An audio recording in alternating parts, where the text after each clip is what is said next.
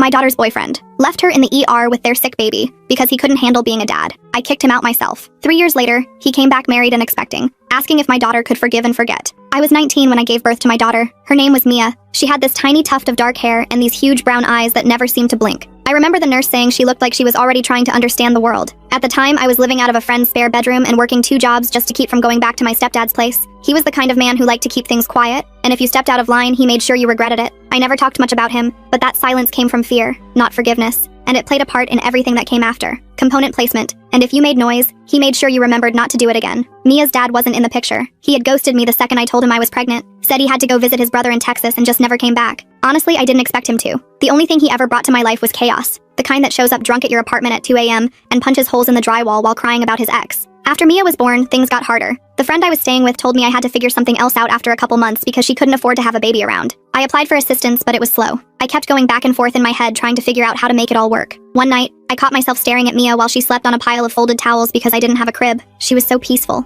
I remember thinking how unfair it was that she had to start her life this way, that maybe she deserved more than what I could give her. I didn't make the decision overnight. I went back and forth for weeks. But one day, after Mia got a really bad cough and I couldn't afford the medicine her doctor prescribed, I broke down in a CVS parking lot and called a counselor I had talked to once about open adoption. Her name was Claire. She had this soft way of speaking, like nothing could shake her. I told her I wanted to find a family that would give Mia the kind of life I never had. Claire found them, Hannah and Greg, high school sweethearts who had been trying to have a baby for almost a decade. They looked like a toothpaste commercial. Greg had this big dopey smile and Hannah had the kind of eyes that made you want to trust her. I met them once, gave them Mia the next day. I didn't even cry when I handed her over. I waited until I got back to my place and screamed into a towel for an hour. I didn't hear much after that. Claire told me it was a semi-open adoption. They would send letters and updates through the agency. For a while they did. I got pictures on her first and second birthday. Then it all stopped. Claire said they moved and the new agency wasn't responding. Eventually I stopped checking. Life moved on. I got a job that paid decent. I moved cities, started therapy, stopped dating guys who wore backwards baseball caps and had no drama in their bios. But I never stopped thinking about Mia,